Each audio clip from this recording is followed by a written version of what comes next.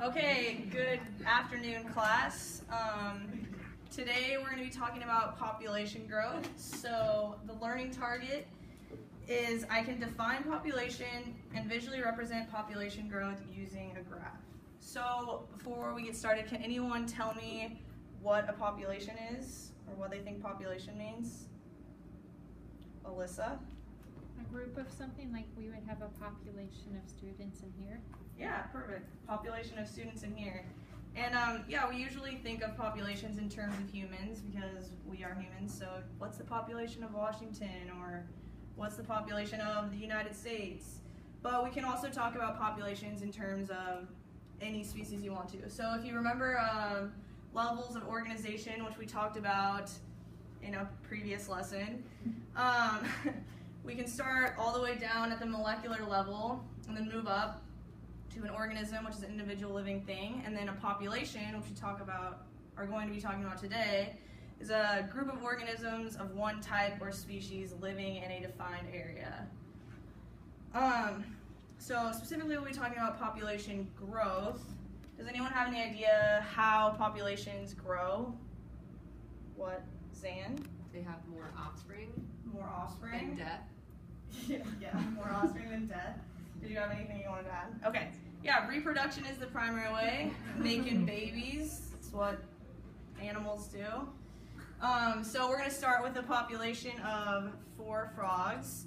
And just for simplicity's sake, we're going to say after every life cycle, each pair of frogs takes 2, makes a baby. So our after our first life cycle, we'll have 6 frogs. And then if these ones all do what they're supposed to do, the next life cycle will have 9 frogs. And then so on and so forth, they just keep multiplying until we have millions of frogs. And so we can look at this growth on a graph, which is right here. And on the x-axis we have time, and then on the y-axis we have population size. So as you can see, it starts out kind of small, like with our 4 frogs, and then as the population grows, the rate of growth just continues to increase. And we call this exponential growth. It's the type of growth that I think the population of spiders at my house are experiencing right now. But this type of growth can't continue forever. There's plenty of reasons why we don't see armies of frogs taking over the world. That'd be a little scary. So what I want you guys to do is, in your partners or groups, discuss some reasons why this type of population growth can't continue forever and some things that might slow population growth down for a species. So you guys just want to take a couple minutes, discuss that, write them in your notebooks. Resources. Water. Space. Ooh. Space is a resource, though. Yeah. But we put an arrow. It's good. We're brainstorming. And you said germs. I said disease. What about predation? Ooh, yeah. What did you say, Zach? Predation.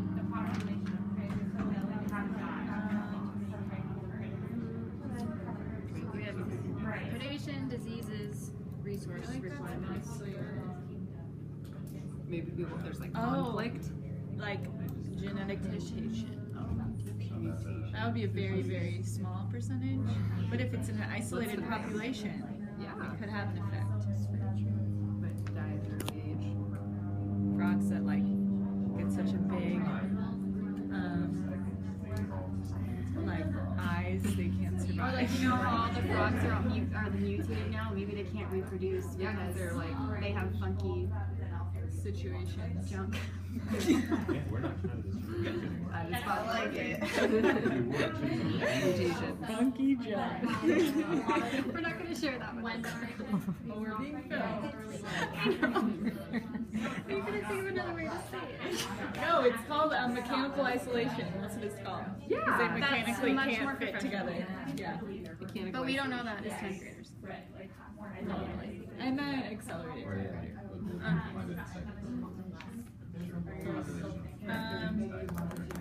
Got a lot of good stuff down.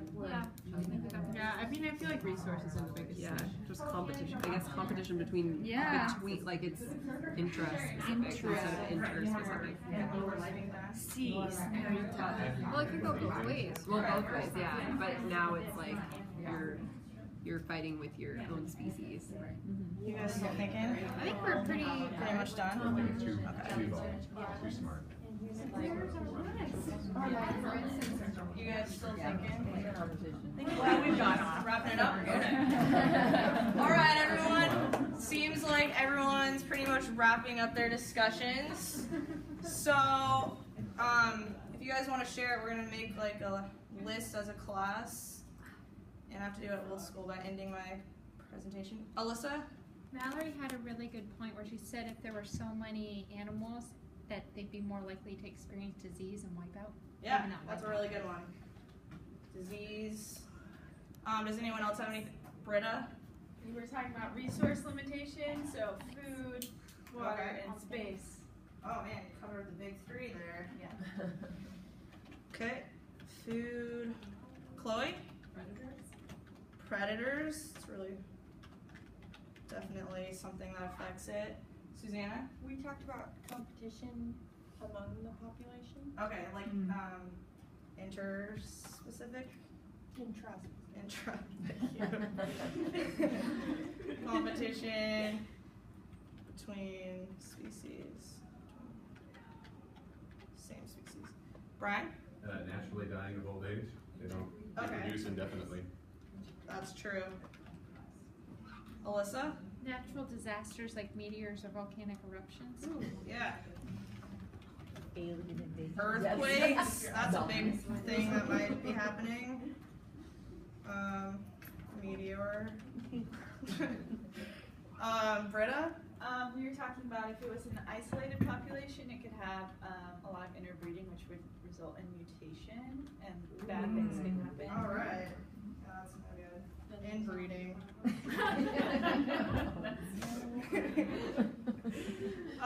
Brian? We also had planetary climate cycles, like ice ages. Okay. That's good. I'm just gonna write climate change. Oh, climate change and cycles. Okay, wow, we have a really good list here. You guys came up with a lot of good stuff. So now what I want you guys to do is in your groups, go to the boards, and you guys saw a graph for the exponential growth. So I want you guys to draw what you think a graph would look like for a population that is dealing with limiting factors. And you guys can choose to model one of the factors on the list, or you guys can do more of just a general, what it would look like if a population was limited by more than one of these factors.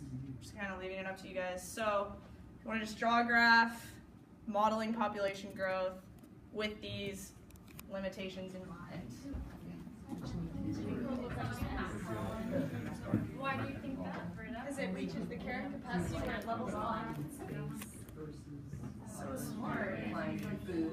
Do we know what the carrying capacity is? Let's just do a hypothetical one. So, Oh, we need to. do you have the plan? She got her Purple Massive impact. and power. like royalty. Oh yeah, labeling axes. I was supposed to mention that, but you guys are already on it. We're in AP now. We start out down at the bottom. Yeah. And then we like Shoot us like and then we'll go to their population. You're gonna label my axes. and then just even out. Yeah. Yeah. There's just random little things that happen to make it. Huh? Yeah, ours is a weird population. Maybe we No, should this is label not that. like real life. Like maybe. Like where it's like kind of declining a lot, it's because that's where all the mutated frogs are. But that's where it's like it goes above carrying capacity there. There's no more resources. And then it's like It's long. No, it's not long. Mutations and resources. For the Reaching a maximum capacity. It's like maximum. Well, then what's the approach? Maybe the mutations help them grow for a while. Alright, so carrying capacity there. So what's the equation? It gives them, it makes them more like competitive. You have a math major with the exponential growth. You have a different disease, but. Okay, I think we got it. You still want time on the bottom. You're kidding, right? I would cry. All right, you guys are done. Okay. You guys getting pretty close. We already have one, so. You guys are good? You guys gonna be good with another minute?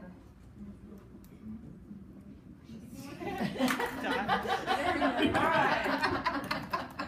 Everyone's got a graph. So, does one person from each group just want to briefly explain why they drew what their graph represents, basically? So I'm gonna start with you guys. Sure. Okay. Go for it. Our graph represents a population that is experiencing heavy predation. Okay. So it rises and falls. Right. The predation, prey, predator-prey, life cycle, population growth cycle. Okay. That's good. And you guys? Ours is growing exponentially, and then as you see, it kind of reaches a point where it starts to go down a little, and that's because it goes above carrying capacity, so there aren't enough resources. And there might be mutations as well, so then it levels off because it kind of bounces there. Okay. That's good. You guys in the back? We graphed meteoric Armageddon. So we have the exponential growth until the impact point, where almost the entire population dies off instantly, and then trails off slowly as the survivors starve. Okay. That's good. That could happen. And then you guys? So we did one that was more natural, so like just growing until it reaches carrying capacity, and then it kind of flatlines out and continues. And then we did if there was like just a single comet that hit on a meteor shower or Armageddon or anything like that. So there would be some that survived, so it would start to go up again eventually. Okay. But slowly, since resources Slowly have to come back. start slow and move into the exponential. Okay, good. You guys really incorporated a lot of ideas into your graphs, and I really like what I saw. What we use to model, the basic model for limited growth is logistic growth, and it's similar to what you guys showed over there. As long as there is enough resources, a species will experience that exponential growth until there's not enough resources to support that, and then you do kind of see it level off and it hits what we call the carrying capacity. It's another vocab word for today, and that's the maximum population size of a species that the environment can sustain given the available resources. And so this is just more of a general model of what's observed in a stable ecosystem, but you do oftentimes see graphs like the ones you guys drew, which is why I showed this. Like if there's a natural disaster and the species really declines, it might take a while for it to get back into that growth rate and stabilize again. And the predator and prey interactions, a lot of times they do fluctuate like that, because if there's more prey, you see a boom in the predators, and then it cycles like that. And yeah, and you can see it also go above the carrying capacity a lot of times, and then it'll crash.